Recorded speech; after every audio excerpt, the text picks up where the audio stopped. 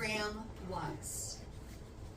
Cart Wars, Mastering the Grocery Safari.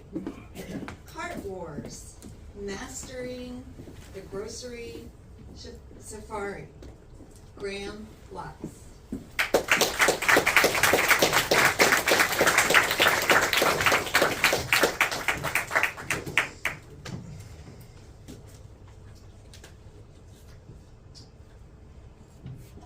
Subway or Jersey Mike's subs? It's Sunday. I know I'm hungry. I want to eat sandwiches to keep it simple. But decisions.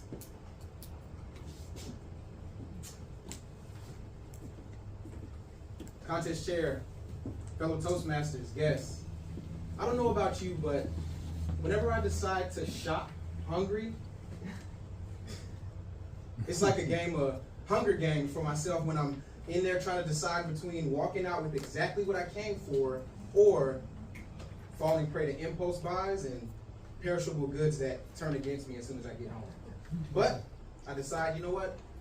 Let's go to the store. So I go to the store. Let's see. 6 tomatoes. That sounds about right. 4 cucumbers. That should cover it. 2 heads of romaine lettuce. I don't know. Cheese, provolone cheese. You need that. Let's get some turkey meat. Put that in there. Loaf of bread. Sounds good. Check out, go home, make sandwiches. Success. I made it out. Monday, I make 2 more sandwiches. Good. Tuesday comes. I don't make any sandwiches. Wednesday and Thursday, how many sandwiches did I make? None. Friday, no sandwiches.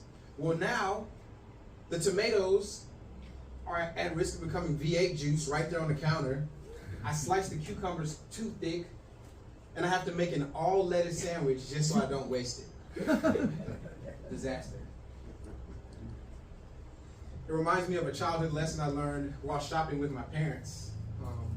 We were on the grocery aisle, on the cereal aisle, and I saw Cheerios. So I saw other kids eating Cheerios, and I wanted some too. So my parents got it, but I did not realize that there was a difference between Honey Nut Cheerios and regular Cheerios. Now, for those of you who may not know the difference, allow me to briefly explain. Honey Nut Cheerios are nice and sweet, crunchy. You got a nice outer layer. You put the milk in there. You drink the milk after. It's good. Regular Cheerios, I am convinced, are just pencil shavings in a box. Well, since my parents had a strict eat what you buy policy, I had to eat the whole box. Huh. 2 very different situations, similar outcomes.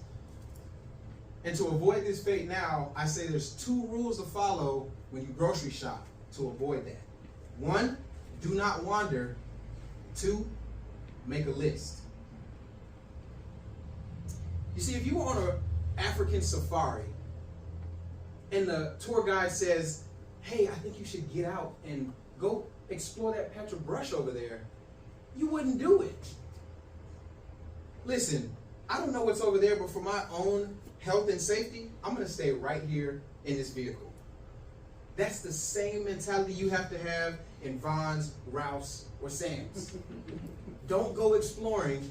Stay on the safari. Stick to your list. Listen, I know those Sam's and Costco end cap samples, they're enticing, right? Got the blueberry infused tea, bacon wrapped chicken nuggets. They've got fresh naan bread with garlic hummus, artichoke dip, artichoke jalapeno dip with gluten-free chips. Try it, but get back on the safari. Stay on to your list. You already have so many calculations to make while you're in the grocery store. Is this green bunch of bananas gonna go straight from green and firm to only good for banana bread? Or what about this avocado, which I think I'll eat? When is that gonna go from nice and firm to nothing more than a edible stress ball? And then there's inevitable situations where something you need is on the aisle with something you don't need. So now, somehow you've ended up with salt and vinegar chips or popcorn in your cart when you didn't need it. Just me? Look, there's an old saying, out of sight, out of mind. And that's definitely true for me. I will absolutely go in the grocery store and walk out without anything I need and have a $100 grocery bill.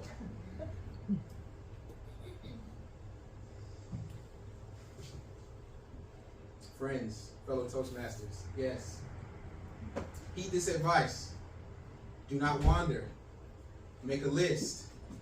And for those Costco end samples, try it, but don't buy it. Stay on your list. Contest chair.